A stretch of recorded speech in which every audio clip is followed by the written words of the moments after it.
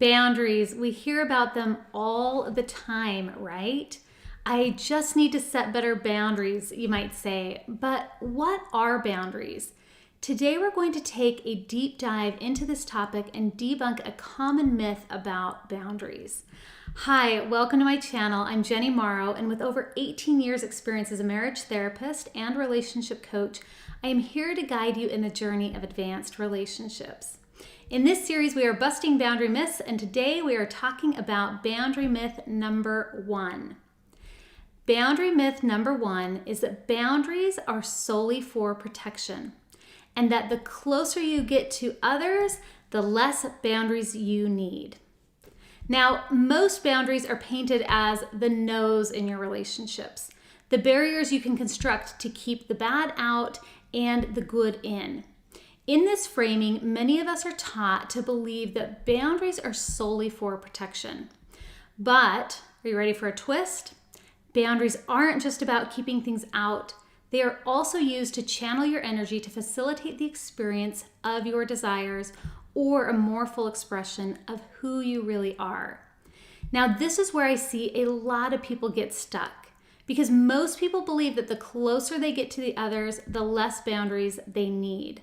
But the truth is that it is just the opposite. The closer you get to yourself and to others, the more essential boundaries become. While protection is one very important function of boundaries, it is only one of the functions of boundaries.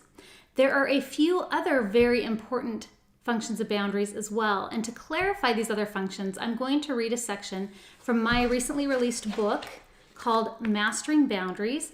Now, if you're interested in this book, I will put a link to the book in the video description below. And when I wrote this book, I really wrote down everything that I believe is most important to know and remember about boundaries after working in this field for nearly 2 decades. Now, the section that I'm going to read is titled, "What are Boundaries?" And I'm just going to read it directly here from the book. So what are boundaries? The word boundary is frequently used in our modern vernacular. And while the word appears to be straightforward, it encompasses a wide range of meanings and applications across various relationship contexts. Boundaries can serve as a protective barrier, such as the walls of a house or a warrior's shield. Boundaries also denote distinctions between different entities. For instance, my first name, Jenny, is a boundary that sets me apart from other Morrows, which is my last name. Similarly, the borders around Colorado differentiate it from surrounding states in the United States. Boundaries can also help direct creativity and the development of expertise in a specific field. The boundaries of a yoga pose instruct the placement of hands, feet, legs, and elbows to form a particular shape that somebody can practice to increase strength and flexibility. In the context of this book, I define boundaries as the tools and interventions used to fulfill relationship needs, encompassing not only the need for safety, but also the higher level needs of partnership and relational expansion. In this comprehensive definition, I incorporate all facets of boundaries, including protection, identifying distinctions, and creative support.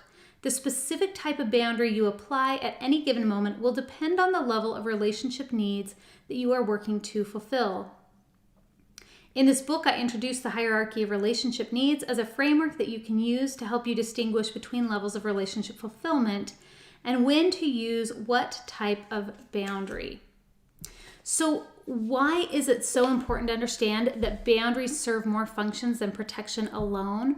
I see so many people who are ready to move into higher levels of relationship development, but they assume that those levels should just come naturally without any boundary work.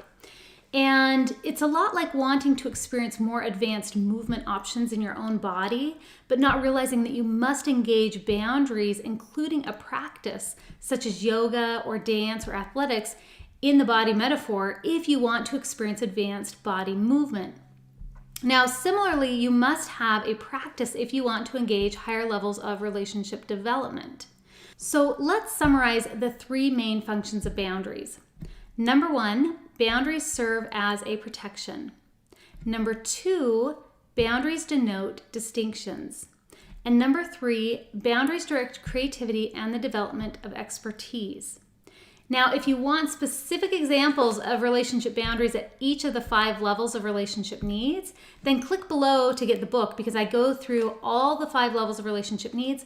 I talk about the challenges of each needs, and I talk about what type of boundaries to employ to work on the development of those relationship needs.